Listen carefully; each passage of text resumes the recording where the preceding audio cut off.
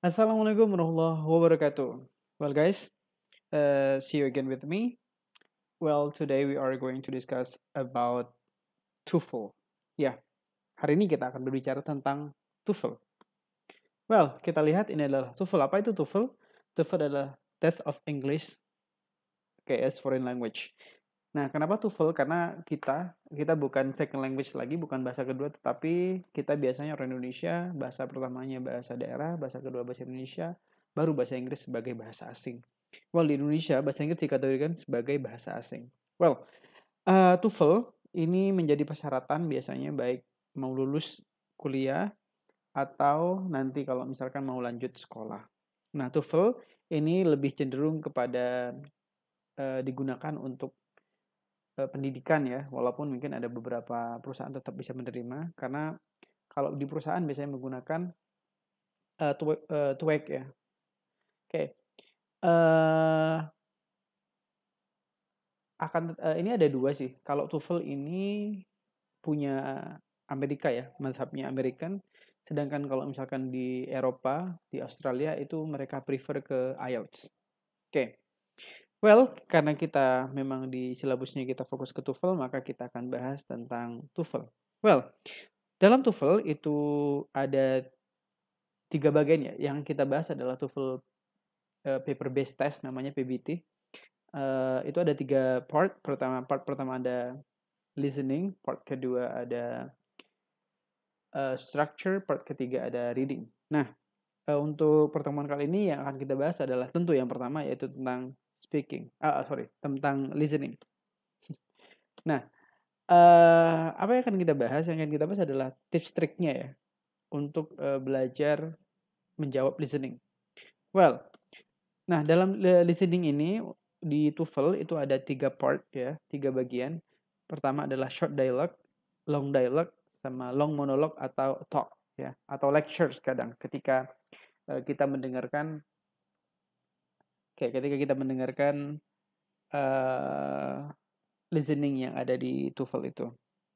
Well, so today we are going to focus to the number one yaitu adalah short dialogue, dialog pendek. Nah untuk short dialogue, bagaimana tips and triknya? Yang pertama adalah focus on the last dialogue. Focus on the last conversation ya, or the last speaker ya. Tips ini berlaku pada soal dialog singkat ya, atau short dialogue yang berisi percakapan antara 2 orang biasanya. Nah, oleh karena itu lebih fokus pada pembicara kedua dalam dialog. Perhatikan tips berikutnya ya. Pertama, ingatlah bahwa baris akhir dari dialog kemungkinan berisi jawabannya. Maka, oleh karena itu untuk yang short dialog itu, kalian yang paling difokuskan adalah pembicara kedua, walaupun tetap mendengarkan baris pertama dari dialog untuk memastikan informasinya itu lebih akurat. Tapi kalau belum dapat jawabannya jangan terlalu khawatir juga karena memang kebanyakan ada di kalimat keduanya jawabannya. Terus pastikan selalu fokus pada dialog terakhir itu, jangan sampai melewatkan informasi agar bisa menjawab dengan benar. Jadi biasanya ada what does the woman mean atau what does the man mean, what does the man suggest dan sebagainya. Itu yang dimaksud adalah orang yang berbicara yang kedua ya, orang kedua yang berbicara. So, biar lebih bisa dipahami, yuk kita lihat contohnya. Misalkan di sini adalah Sherlock made a big mistake this time. Ini laki-lakinya yang ngomong, perempuannya akan ngomong, yes, he forgot to turn in his research paper. Nah, ini sudah ada artinya di sini, teman-teman juga bisa baca. Nah, naratornya nanti atau pertanyaannya biasanya seperti ini. What does the woman say about Sherlock? Nah, di sini maka yang difokuskan adalah ini ya, yes, he forgot, dia lupa untuk menyerahkan tugas karya ilmiah ya. Berarti udah ngerjain ini, konteksnya sudah ngerjain, tetapi dia lupa, si Sherlock ini lupa ngumpulin. Nah, coba kita lihat opsi jawabannya. Nah, di sini ada it was the first time he made a mistake. Yang B, he forgot to read his paper.